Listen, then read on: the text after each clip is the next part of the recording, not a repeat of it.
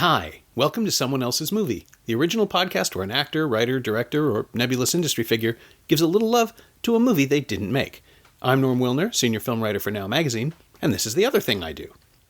My guest this week is Sook-Yin Lee, a broadcaster, podcaster, musician, and filmmaker you may know from her 14 years hosting CBC Radio's Definitely Not the Opera, or from her current project, the podcast Sleepover. Her second feature film, Octavio Is Dead, stars Sarah Gadon as a young woman trying to understand the father she never knew. It opens this Friday, June 22nd, in Toronto and Regina, and rolls out elsewhere in Canada over the summer. Sook-Yin picked Ali, Fear Eats the Soul, Rainer Werner Fassbinder's 1973 drama starring Brigitte Mira and El Hadi Ben Salem as a German widow and a Moroccan auto mechanic a couple of decades her junior who embark on an unlikely romance. Loosely inspired by Douglas Sirk's All That Heaven Allows, but with additional racial and nationalistic themes that come from its new context, it's a cornerstone of the new German cinema and one of Fassbinder's richest, most emotionally honest works. It's also just as relevant as it was 45 years ago, which is just really, really depressing. This is Someone Else's Movie. When you asked about one of, my favorite films or a film that I really enjoyed, this one just really jumped out at me. I love Fassbinder very, very much. I oftentimes thought that his face reminds me of a feral cat. I live in a back alley in Kensington Market, and there was a period of time where there were a lot of feral cats around. And there's one particular cat that really reminds me of Fassbinder, and I always thought that I would get his photo on a t-shirt. I haven't yet, but I really, out of his films, I just love his sensibility, and there's a kind of raw quality, his sense of community. I love his storytelling, and out of all his many movies, this one really struck a chord with me. There's something about Ali, Fear Eats the Soul, that is so relevant to today, and it has all the qualities that I love in a story. It's a love story, it's a humanistic story, it's a difficult story, it's a funny story. It's a beautiful story. Yeah, it was really striking. It had been, I'm going to guess, at least 10 years since I last watched it. And, well, I had the Blu-ray up on the shelf, but I hadn't. You were so lucky, and, I'm surrounded by all these... There are columns of Blu-rays around me. This is an amazing den of movies. It's where I come to hide from the rest of the world, basically. And watching Ali, you can't do that. That was the thing that really struck me this time, is the themes of sort of simmering racism and prejudice and they're the same expectation. As today. Oh, they're fresh. Oh my God, they're talking. This is like a movie that was made in 1974. Yeah. In a period of 15 days. I can't, Fassbinder just thought that this was going to be an exercise in sharpening and honing his skills between two other movies. Mm-hmm. He made this in less than 2 weeks. Yeah, and it's incredible to think of his. I don't even know. How do you reach a point as a filmmaker where you can be that good and work that quickly? Soderbergh does it now, and he still takes a long time. The new German cinema, I'm trying to figure out how to describe it. It was sort of a DIY aesthetic, but they're too formal. The film is really just beautiful, and this was the thing that struck me about the Blu-ray, is that how different it looks from the version that I last saw. Even just looking at the trailer on the disc, the colors are bleached and it looks like old film. And watching it from the new 4K restoration in high def and all of that, it's better than I've ever seen it. Oh my God, it's incredible. And richer, right? The characters don't look as despairing or there's the version. The first time I saw it, I think, was 35mm, and the version I saw was this kind of bleak Germany after the war. It felt like you imagine post-war Germany looked. Everyone is sort of recovering. Everyone is trying not to be racist, but at the same time, even the lead character, Emmy, says, I've always wanted to eat here. It's where Hitler ate.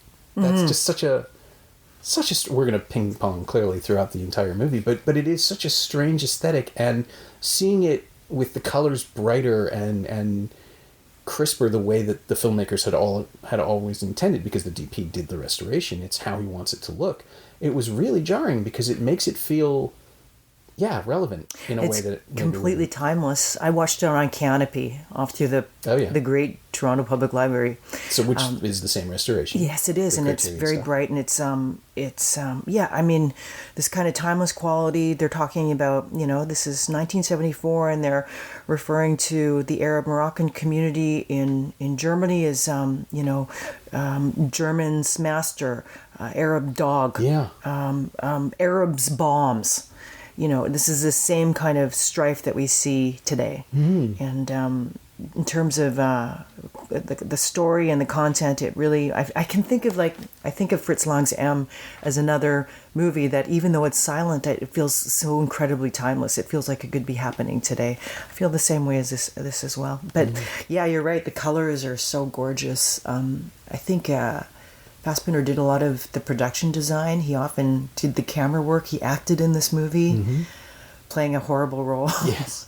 Although even this time through, I was surprised that he's the one who stays in the room after the kids leave. It's true. As though he doesn't know how to behave. So he's not as much of a knee-jerk rager as you would expect. At first, he's kind of, he's introduced as an ass. The daughters, or Emmy, the widow's daughter's husband. Yes, he's lazy, he's home, he's taking mean, an extra sick day. Mean, and then disrespectful in every way. Yeah, doesn't but like then his Turkish bombs. Later on, when we find out that Emmy has been married to Ali, the whole family, the TV gets kicked in. Yeah.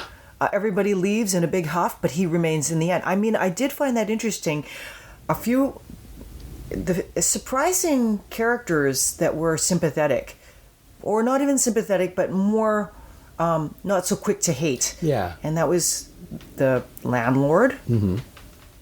Well, the landlord's first, son, right? It's the kids. It's all the kids. It's the shopkeeper's younger wife, the landlord's son, and the police. The cops are both, with long hair. It's actually pointed out they're of a different generation. Yeah. And there's one other character who's surprisingly sympathetic when you don't expect it. Oh, I'm blanking on it. Who was that? But it's a shopkeeper's younger wife, the landlord's son, and I suppose the bar owner, who doesn't like Emmy but is okay with them being together. But she's sort of like, yeah, but it's not racially prejudiced. It's more of a rivalry. More jealousy. And then you have the constant reminders that, and this is, the comparison to M makes perfect sense. It's about German society forming, circling the wagons is the wrong, metaphor, but creating a wall against anything that is perceived to threaten what is proper, what is right. And the English do the same thing, but even less overtly. But the way that everyone's backs come up, the way that everyone immediately just aligns themselves against this couple who we don't get to really understand from the inside out. We just see how Emmy feels. Even Ali is sort of a cipher for the first half of the film. But the societal commentary, watching the apartment block form against her, watching the co-workers isolate her, right up until everybody simply decides that they can live with it. The weird practicality of the German soul in 1974, that's the thing that we're seeing again now, but throughout the world. We're seeing it in England with Brexit, we're seeing it in America with Trump, obviously. But yeah, the sameness of it. And in M, they're right. In M, the child murderer should be prosecuted and persecuted and alienated. That film is about suspicion, and it uses something about that German implacability. Mm-hmm. But here it's about two people who are isolated because of their connection, and the weight of that, and the way that everyone else in the movie ultimately just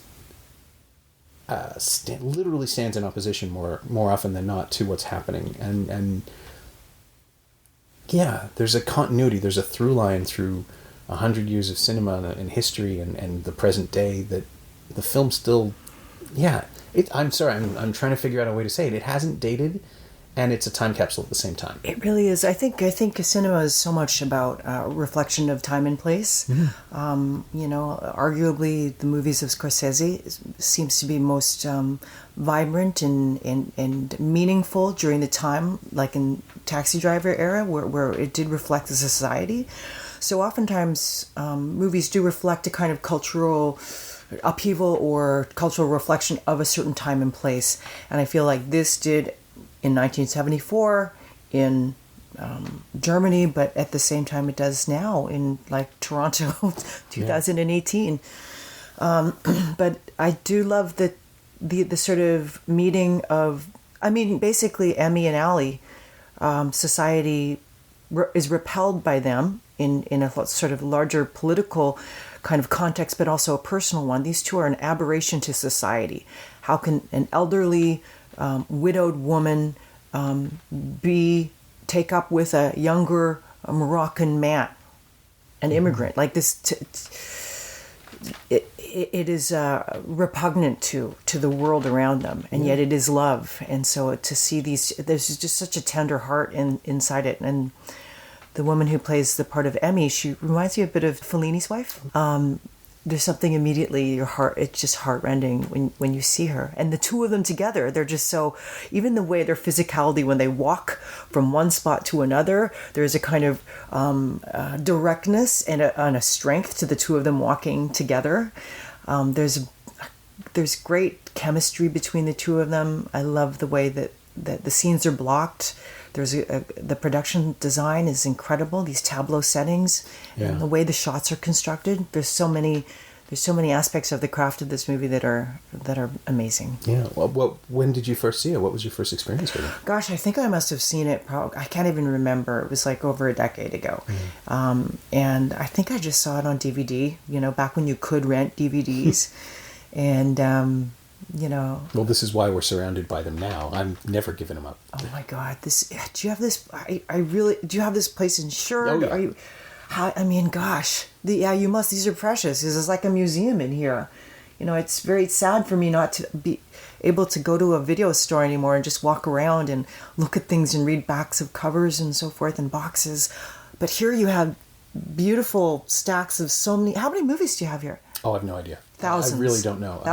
Feels like thousands. Thousands and thousands. You have rows and rows, and they're all alphabetically ordered. Well, that's because I'm compulsive. It's also the only way to find anything. But yeah, no, as I was saying, you cover home video for 25 years and you just end up with things that won't be found anywhere else. Do you ever throw any out, or do you ever get doubles, or what happens? Sometimes I've upgraded a lot. As new films are restored, I finally got 4K, so there's that to look forward to. It's endless. I mean, I remember upgrading from VHS to DVD, or from Laserdisc to DVD, actually, because I had a lot of those. Wow, lasers are going to be a lot bigger. They are. There's one over there. Oh my God. Wow. Huge. Yeah, 12-inch. I mean, they're albums, basically. And that was where you could sort of encounter art in film before we had the renaissance of vinyl soundtracks and posters. You could read... I'm glad somebody's archiving this. Yeah. Because, well, no one will believe us. So it's sort of like, as you maintain these movies, and knowing that they could become obsolete, there's this movie there's Ali Furi's Soul that sort of collapses time and space and retains its relevance. Yeah, and that's why it's on the shelf, right? It's on the shelf because Criterion released it and I have everything, but it's an objet d'art by accident because it captures that moment, but in a way that makes it eternal and also universal and relevant. The essay in the Blu-ray by Chris Fujiwara insists that Fassbinder made this film because he loved All That Heaven Allows so much, the Douglas Sirk film, and wanted to interpret it, not remake it, but use elements from it. And the way he described it was, Fassbinder described it as a film without the... sorry, I'm going to get this wrong. He said that All That Heaven Allows was a film that saw the good in people without being disgusted by them like the rest of us. And Fujiwara said, well, obviously that's not true either, because Fassbinder shows so much compassion in this film for his characters. He shows them as flawed. He shows them as vulnerable. The use of nudity is really... so interesting. Yeah. I find it just thoughtful, very inspiring. The use of nudity. There's full frontal on Ali a few times, and it's always very, very far away. There's never a kind of like exploitative pressing into his, close-ups or anything. Yeah, much of it is very functional. tableau and very matter of fact. Even the sex scenes are profoundly incredible. You see somebody, a long shot through several doors, a hallway, a door, the bed in the far distance, the couple coming together in silhouette, their naked bodies going into the bed, and then holding a pose. He does a lot of. You can see in his aesthetic a kind of theatrical mind. So much of it is a sort of theatrical play, live theater based sort of, it reminds me of those kinds of aesthetics. So this notion of simplicity, of stillness, so many, just as, most movies would just get into the bed sheets and all over, right in there, he has them hold an intimate pose from a distance and be still in that, and then move again. So he's really playing with that, and so much, the neighbors, the shopkeepers, her friends, her family, passers-by, as they look at them, Ali and Emmy, with scorn and judgment, they're oftentimes still and watchful. Yeah. So he really plays with this quality of stillness that is really incredible, especially when you're capturing, in terms of the sexuality or the nakedness of the human form, a kind of intimacy, and yet a kind of distance. Yeah, it felt like a form of respect almost, to let people be privately exposed, if that makes sense. The scene you were mentioning, the scene with the sort of the frozen couple in bed. I this time through, I was thinking, are they whispering to each other? Is that why they're not moving? Is there something happening between them that we're not allowed to experience? And because it's not Ali and Emmy, because it's Ali and the woman that he occasionally sleeps with, the bar owner, then that maybe makes sense that we don't get to understand it, because we're not privy to that relationship at all. It exists outside of the film, really. I mean, it was happening before the movie started and will presumably be a factor in their lives after the credits roll. It's about placing characters away from the audience in a method that sometimes it's from the perspective of other characters, and sometimes it's simply Fassbinder saying, no, we're not getting any closer. Well, yeah, but also, in those moments of frozen stillness, it requires us as the audience to be in the bed with them and to kind of wonder what is going on. And that is when you are in bed with somebody, that is what you are looking at the person. You are wondering what is happening. Yeah. And so it kind of like slows the moment down and demands of the audience to bring their interpretation or their experience to it, which is really quite incredible. Yeah. His instincts are just... this film stands out in his filmography, I think, partially because it's indebted to Sook, although it's its own animal. It's very, very different. But also because it's calmer than most of his other films. I was really struck by that this time. There's one explosion of violence when someone impotently kicks a television set, and then eventually it shatters, which is funny.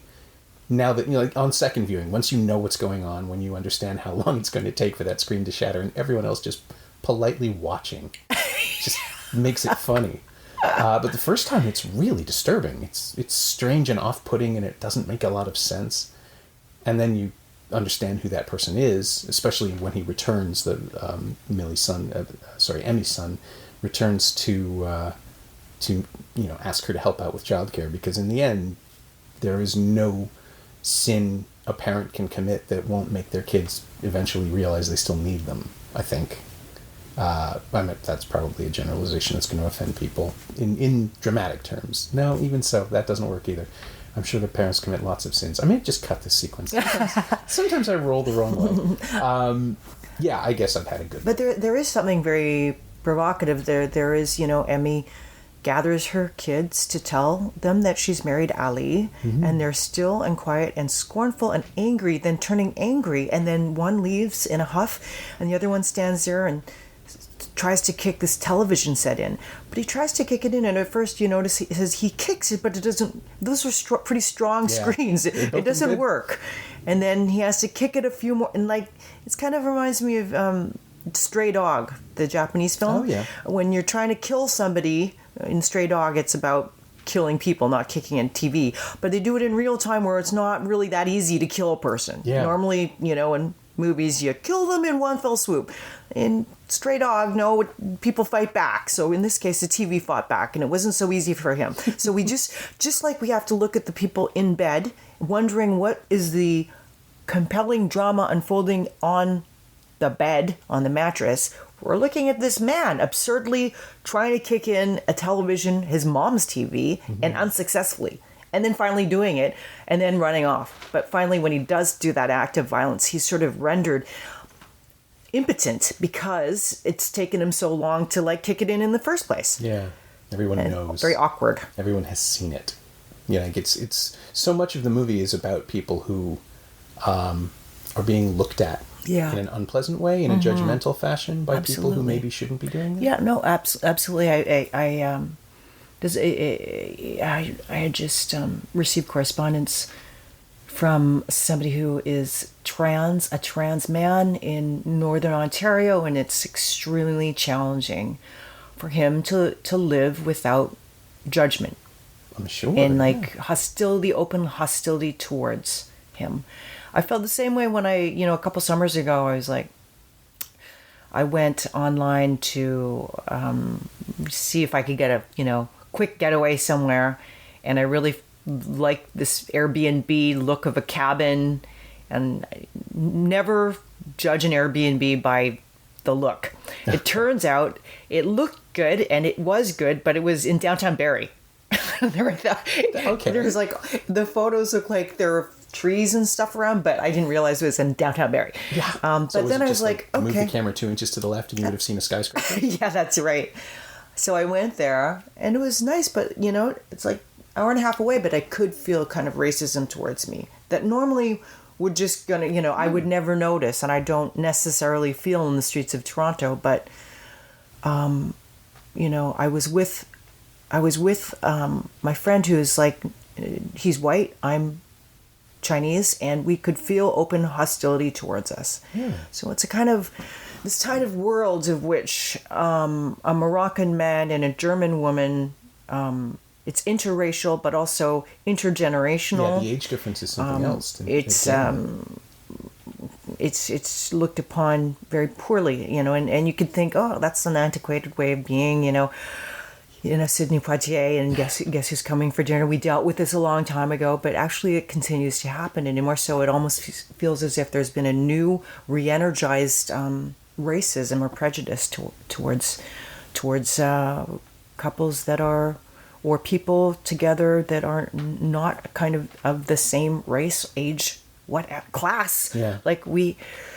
I wonder too if it's technology that is making us sort of adhere to groups, a group identity, and these group identities seem to be bubbles, and so this sort of extremism of career, name any possible way you can divide people. Yeah. It feels like those kinds of perceptions are there, and yet we are living in a progressive time, yet regressive. It's a very curious time. So I think in that regard, this movie as well resonates. Yeah. Well, I mean, I think as far as technology, you're absolutely right. It's enabled and emboldened the worst of us, and it's connected the best of us. And I think that if you are particularly invested in the world being the way you want it to be, no matter what your politics or beliefs, you're going to yell louder when it starts to shift away from you. Absolutely.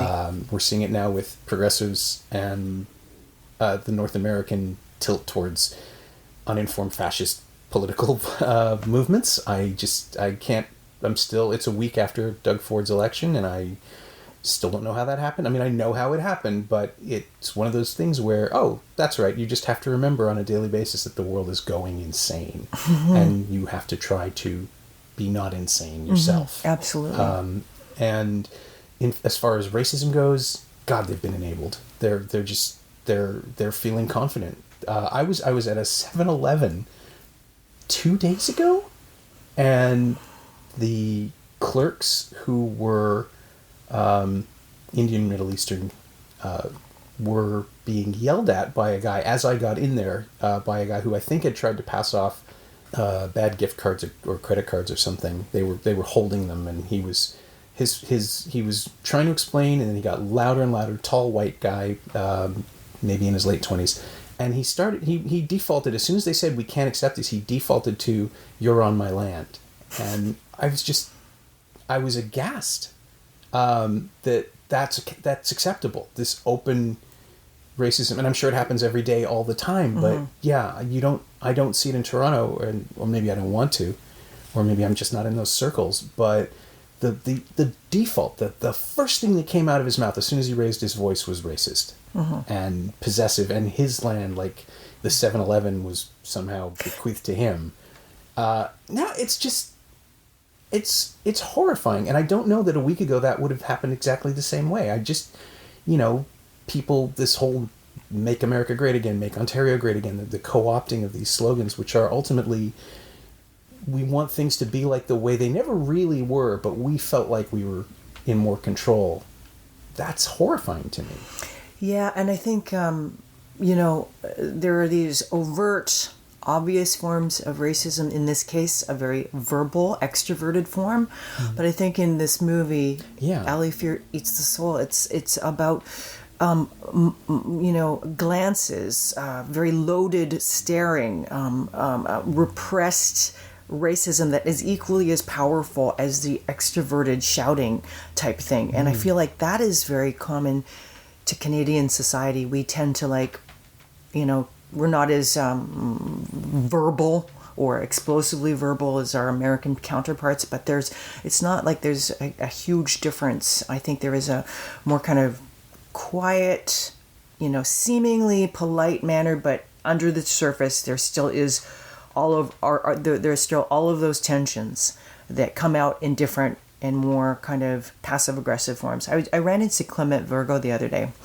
Filmmaker of many Love Come Down, Book of Negroes, the TV series, and Clement was saying that he's been in the last decade doing more and more American television. He's now based in here. He lives here, but he also does most of his work in Atlanta. And he's saying, in the States, racism is right up front, or the volatility of the society. You go to get gas for your car and you see people, guns exposed on their sides. It's really right there, boom, in your face, that you have to deal with on a moment-to-moment level.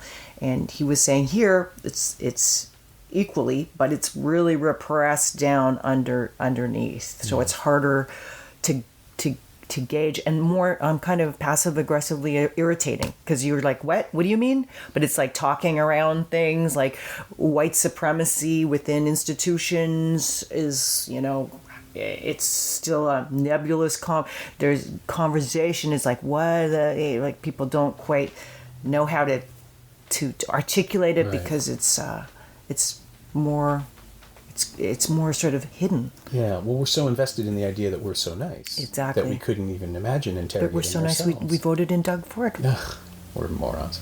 Well, not us, but the voters. It's exhausting. It really is. We're supposed to learn. The Canadians are supposed to be the ones who figure stuff out from the examples of other bad actors, like America electing Trump. Memory is very, very short term. Yeah. People don't... you wonder, you kind of wonder how... We're supposed to, they say history repeats, and it does, because people don't seem to have a continuity to be able to chart what has happened before and apply it to now. We just keep going around. Well, even in Ali, the simmering racism, this is barely 25 years after the end of the war. It's stunning to me to look and see that, these characters, these kids were children, they were around. Emmy's openness is at first she's introduced as not being a real German. That's our first piece of information about her. Someone else says it, and it turns out it's a misunderstanding. She is a quote-unquote real German, but she married a Polish laborer who came in during the war. And so she's clearly spent some time being progressive in her own way and open-minded enough to imagine a relationship with Ali before it ever happens. And the legacy of the war and the Ein Volk racism of Germany in the 40s it's very fresh for these characters, and they see nothing wrong with repeating it. That's the thing that really strikes me. The younger characters seem to be a little less comfortable with it. The cops, who immediately play down the racist Hysteria, assumptions of the neighbors, and then don't even bring it up when they go to see them, which is a really graceful piece of writing where they refuse to even acknowledge it. They're there, they do the job required. And that was interesting to see cops having a small mercy. Yeah, German cops, which is not the expectation that anyone has in movies, ever. Ever. But yeah, they come off as not just thoughtful, but they're extending a level of compassion that no one else around these people will. And then there's the scene, as far as, you know, your comparison of Canadian racism, that's, to me, that's the moment in the restaurant where they're not discriminated against, but they're seated separately. They're the only people there, or there may be other people, but they're the only people in that room. That beautiful shot that frames them within a frame, within those doors. And then the maitre d' is sort of picking at them. He's not giving them any breathing room, but it's more of a class thing than a... Yeah, they don't know quite the wine to drink, so he's like pontificating what they should be eating. Yeah, you'll be fine with the house aperitif, things like that.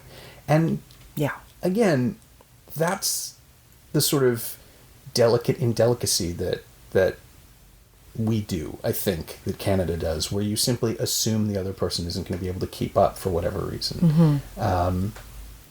And it's... Yeah, that's still going on. That's great.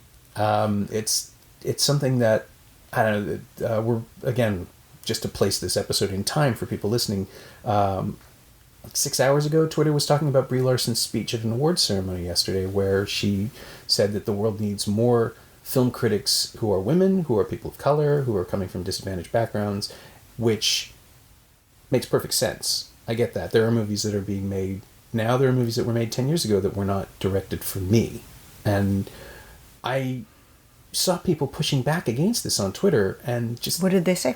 Basically just, you know, we work really hard, it's a rarefied profession, all the standard stuff, like all the gatekeeper stuff that you do reflexively. And it's just...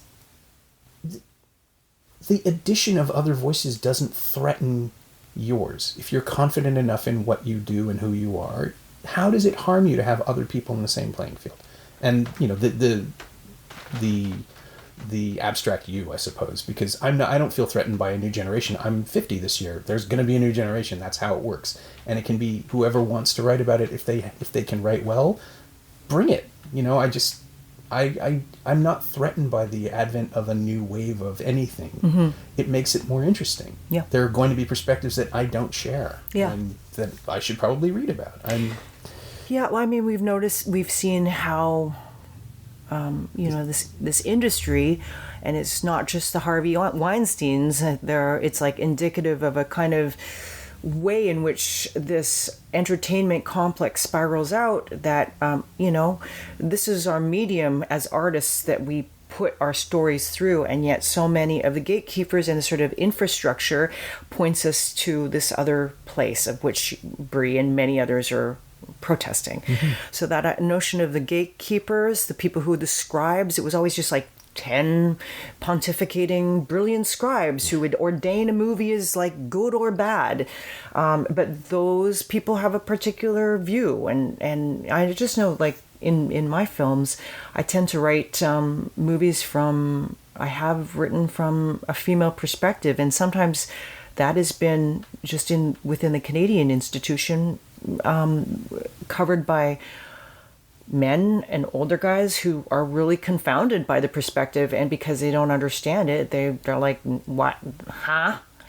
And are very critical, which is a huge impactful and unfortunate negative impact on a film.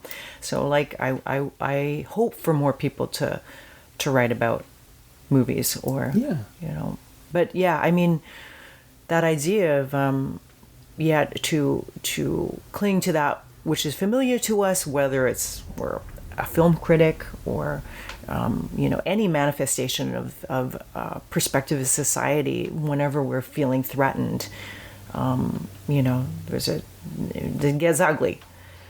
Well, it's what, and the thing that fascinates me, or not fascinates me, the thing that horrifies me about this resistance in film is that I always go back to Ebert's line, it's an empathy machine. It puts you in other people's lives and lets you understand that your experience isn't the only thing available to everyone in the world, that we all respond differently, that we all have... I mean, Fassbinder's a great example for that, because stuff like Maria Braun, where you're just plunged into a life that, unless you were there, you were not living that life. That's a perspective that I had never... I think that was the first of his films I ever saw, and it was in film school, and it was really quite shocking. And it was fresh, too. I mean, I was there in 87, so the movie couldn't have been more than, I guess, 17 years old, not even that. And it was shocking to see a movie that dealt with emotion that way, that was as raw and furious, and at the same time so carefully composed. It sort of sets you up for Ackerman's emotional violence in the same way, that European movement that was happening. But with Ali, it's a film about another type of existence, the relationship between a lonely older woman. And I don't think she's as old as she thinks she is either. I'm watching it this time, it's like, what is she, 55 at the most? Her kids are early 30s so yeah, I don't know. It's she didn't seem as old. He is probably early 30s. He's probably the same age as her kids, which makes it weird for her for a second, but you're still seeing these two people come together and be open and honest and compassionate and supportive of each other. And it's a life that I can't imagine living, because it's also 1970s Germany. But it's a weird, depopulated Germany. Again, this made me think of Ackerman, too. We just did an episode on La Captive a little while ago, which is set in an empty Paris. And here as well, it's as though everyone around them has vacated their space. They're in a corner staring at them. It's also cheaper to make. That's true. Apparently, Fassbinder could work within the government granting systems in Germany and deliver economically cheap movies real quick. Yeah. So that helps too, to have unpopulated environments. Yeah, shooting at 6:00 in the morning so you can catch a quiet piazza or something. Yeah. Or Strasse. But it works so well for the story to make you feel their isolation, even before they're isolated. They're always alone in the world. Yeah. I mean, what I love as well is, we're talking about the political kind of qualities of the film, but there's also the personal political qualities of the film. I love that he explores the dynamic power relationship between Ali and Emmy. And even though they're two people that are increasingly moved together, especially because of society's negative judgment of them, but they're also alone in their relationship. There is the power dynamic that unfolds between them that becomes, here's Emmy, who's, just your heart goes out to her. But in the middle of the movie, you can see how the effects of the society is now changing her perspective of how she sees Ali and how she treats her lover, which she becomes not great. There she is, a flawed human being who ends up, treating him in a way that is exploitative, just as others have exploited her. How incredibly influenced we are by the world around, that we can become our own oppressor. We are in danger of treating others as our oppressors have treated us. Yeah. And you can see that play out in that relationship. And I love that he brings it to that level, because it feels very real. I think, and it's so hard to remove the story from Fassbinder himself. Fassbinder, I feel like a lot of his movies we were talking about criticism, critics, very divisive movies. People really hated them. Oh, yeah. They loved them. They called them out. He just continued to make stuff. He was volatile. He wasn't the greatest person. And then he was deeply kind of, I'm sure, just a galvanizer of community and a big spirit. A lot of people seem to love him and hate him. I mean, it seems that he, acknowledges a sort of political aspects of the movie, but then it's not enough to stop there. He must go in a deeper kind of microscopic analysis of what is actually transpiring between the two lovers, and that is fraught, and that is cruel, and that is loving, and that shares so many dimensions of what we, humans seem to engage with one another in an intimate level. There are many sort of ways in which we cross one another's boundaries in invasive and and not nice ways. Yeah. And then to do it from the witting or unwitting perspective of someone who is bringing everything about the society that her husband has learned to ignore and confronting him with it in their space. Just the scene where she lets her friends touch him. Oh yeah, the muscles. Talks about flexing his muscles and everything. And he goes along with it right up to a point where he simply leaves and walks away. But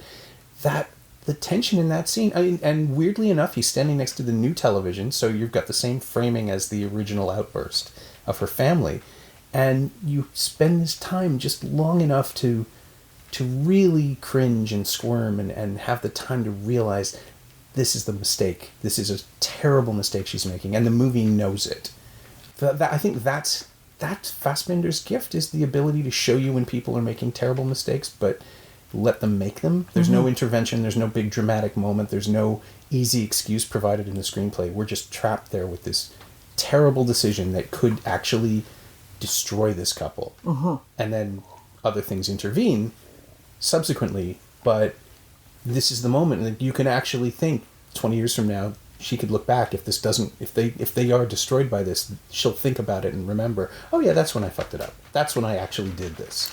And everything, like, I think of a great film title as a title of a story that really describes what it is. Ali, fear eats the soul. Everybody in this movie is sort of being eaten by their own fear, be it the people who are around who are fearful of the outsiders or the unorthodox relationship, what that means to them, be it the lovers singularly, individually, together, the fear of being killed, being annihilated, being surrounded by hatred, and then ingesting that hatred and fear themselves, and having that itself, and Ali has that as well. He collapses from a terrible ulcer in his stomach that is essentially eating him up from the inside. This kind of warning of fear eating the soul as being so plainly spoken right away from the top. Yeah, and he's never displayed any fear. He's been the one who's been confident and projecting strength, so he's just clearly been hiding it, and this is what happens.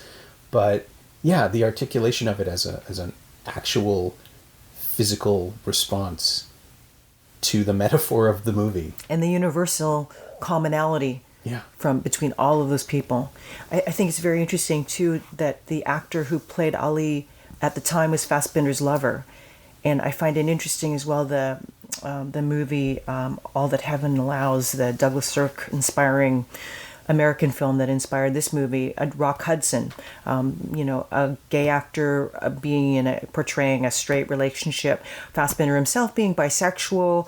I love that he is not only in a narrative way, but in living, he seems to reject the notion of identifying his sexual orientation in one way, shape, or form, or conforming to the expectations of any particular group. He seems to be just sort of out there in any way, shape, or form he wishes. And I love that sort of parallel that there is the actor who is portraying Ali in the movie is Fassbinder's lover, and Fassbinder's in the film too. It's just like the larger real world around the film seems very fluid and provocative in terms of the couplings and the relationships. Yeah, for all of his difficulties and his occasionally monstrous behavior towards the people he worked with and loved, he sees things in a really clear way, and he's able to use the camera in the same way, I think, to illustrate everything around him by making the movie that he's making. Yeah, it seems. Did you notice so there's the scene where she's with her coworkers who are cleaning women, and they're oftentimes hanging out in stairwells of the buildings that they're cleaning in. And when Emmy is isolated from the women who are judgmental of her, he locks off the shots so that she's sitting on a staircase, and the entire frame has a number of vertical bars that are the staircase it holds up the banister, rail. But it's also... And it's like she looks like she's in jail. And then he repeats that same tableau when later the women... they're kind of like accept her a bit more. She's like, oh, they kind of like remember, oh, right, we like her, we can get stuff out of Emmy, and they kind of are less mean to her. But then there's a new woman there, a younger woman who doesn't get paid as much as them, and she's sitting in that exact same stair in the kind of tableau of the kind of jail cell. And I think he is just referring to this sort of, we continue to, it may be Emmy in this case, but it might be the next person who's going to be marginalized and, put into this other box.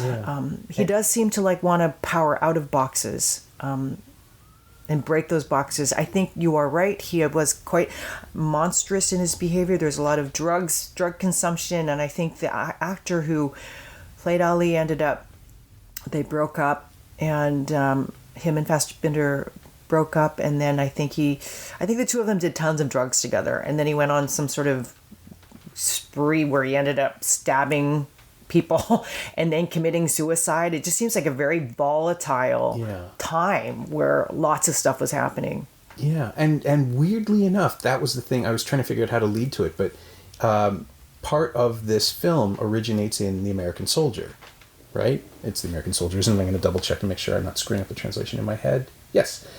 Fassbinder's 1970 film, The American Soldier, has a scene where Margaret von Trotta relates a story of an older German woman who married a foreign man, and he ended up killing her.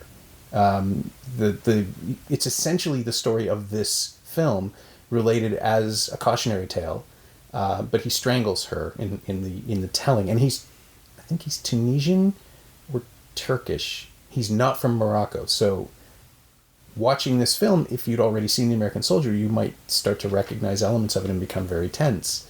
The film doesn't go that way. He's actually given them a happier ending regardless of whether they stay together or not, because they're both still alive. But then to have his actor, his lover, go off and essentially become that version of the character anyway, I can't even imagine what that must have felt like or how that must have played. It's just this cosmic irony of awful proportions. I don't even know how to address it, but it's there, and it's one of those things that they're just they're just clues. We don't know what the dynamic of the relation. I have a feeling he probably had big, passionate, intense, violent, and full of love relationships. It just seems like these are not two men who are going to retire married to one another. This is a big passionate relationships, and heartbreak.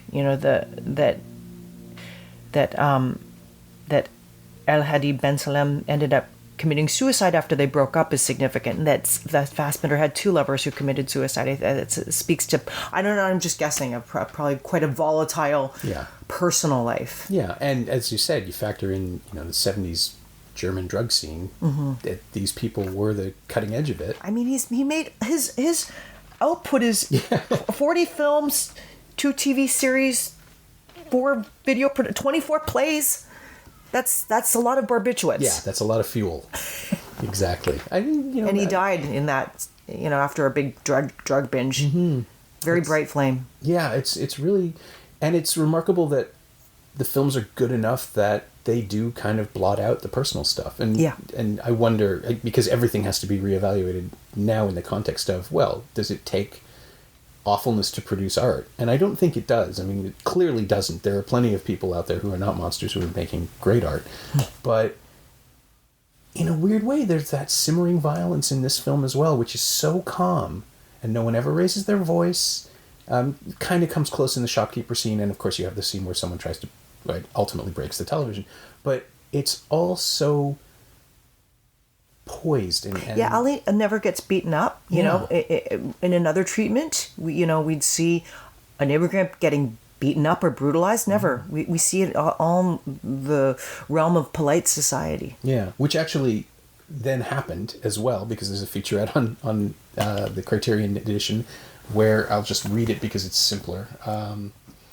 Angst ist Seile auf, which is the my terrible German pronunciation of the actual title of the film, but in 2002 there was a short film made by Shabazz Nashir, and I'm just going to read this right off the back, which reunites Mira, Emes, and Jurgis, the surviving participants of the film, to tell the story based on real events of an attack by neo-Nazis on a foreign actor who was on his way to a stage performance of Fassbinder's screenplay. Yeah, that's definitely worth watching. I'm not sure if it's part of the Canopy package, but I think it is on Filmstruck for American listeners, and it's on the Blu-ray and the DVD. And it's just, there it is. This is the sick soul of German's past coming up And again, a cosmic irony, it's related to this film. It's not directly, but there's a connection that you can't ignore. Yeah. The things that don't happen in the movie are happening in the world.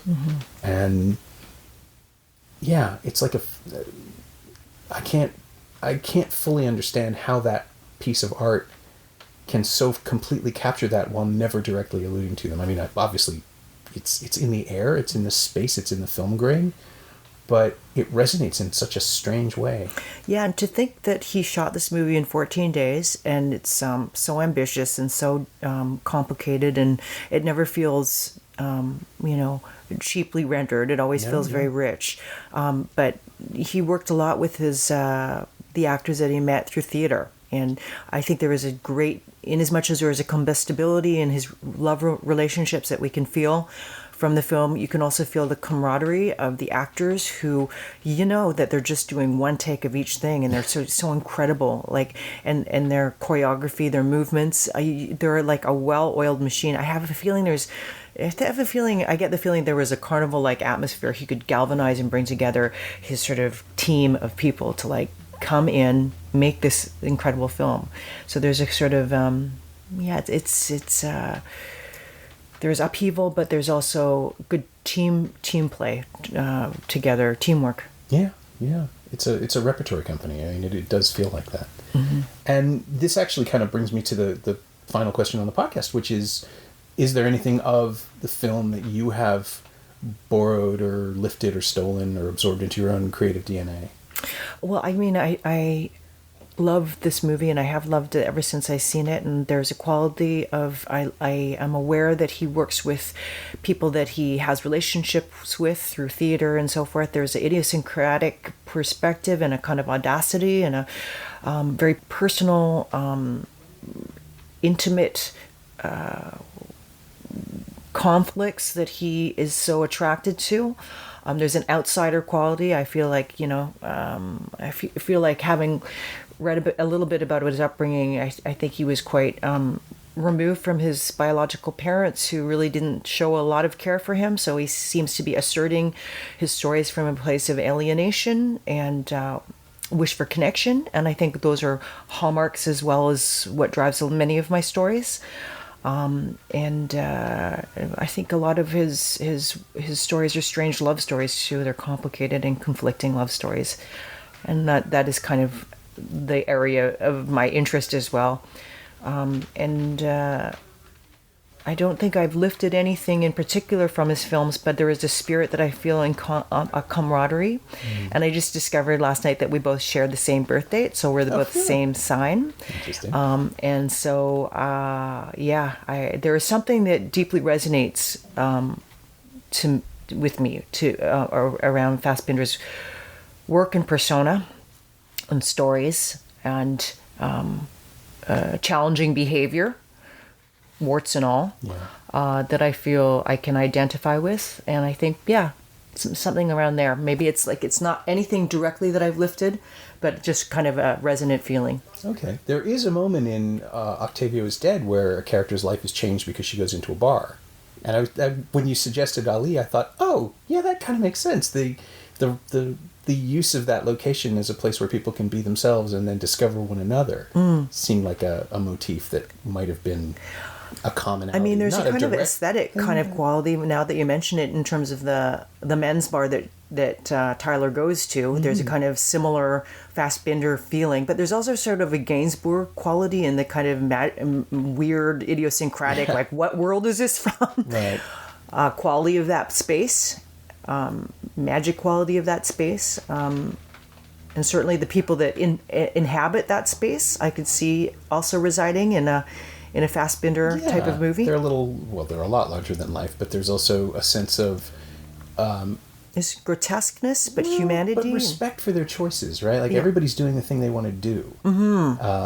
And the thing about all of your films is that they do the same thing that Fassbinder does, which is that they see characters, they let people be themselves in all of their imperfections, but also in all of their weird little wonderful qualities. And Octavio is about someone learning to see herself at the same time. So yeah, I don't know that the two line up exactly, but there's definitely a sense of revelation and discovery. And I think there is, you're right. People stand by what they say. There's a boldness. There's a boldness to their actions and choices, or inaction. Sure. And specifically the actors that I cast, Rosanna Arquette, Raul Trujillo. These are actors that make bold choices and radically different things they do from take to take. These are people that do not kind of hold back. So there's a kind of they're going to be bold. They're going to make bold choices, and this is the stories are. There is a bold quality to them. Yeah, and an honesty that maybe someone else might not have pushed for, which again makes me think about what Fassbinder does. For lack of a better term, he lets his stories breathe, right? And even when people are suffocating, we can still see them breathing. And kind of without judgment as well. They kind of make these completely flawed decisions. Oh, yeah. And then there are the consequences of those. And sometimes surprising consequences. But at the same time, I feel like he is leading us. There's a kind of moral sense to his storytelling. But within the actual telling of it, he allows there for it to be gray areas. I particularly love the ending. I love the ending that he doesn't necessarily tie things in a bow, and yet he doesn't let things rot in hell either. He kind of finds this place of a half smile, but uncertainty for the future. Yeah, I'm always surprised by that ending. I think I've seen the film 4 times now, and each time it's like, oh, that's right, it just stops here. It doesn't go on. And what's amazing is I watched the trailer for the first time in a long, long time, and that shot is in the trailer, that last shot of the two of them in the hospital with the window.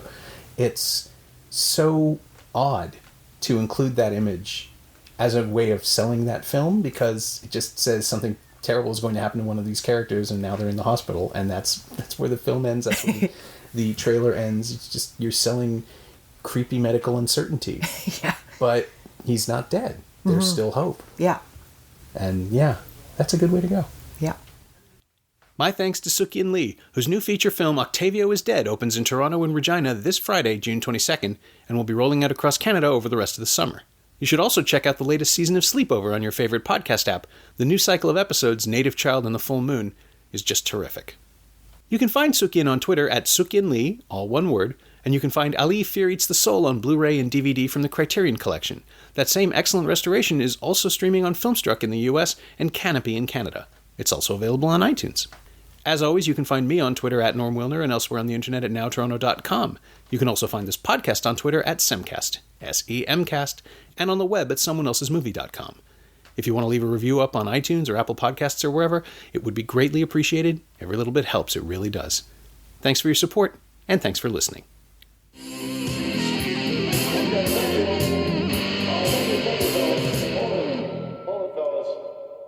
I'm afraid you're just too darn loud.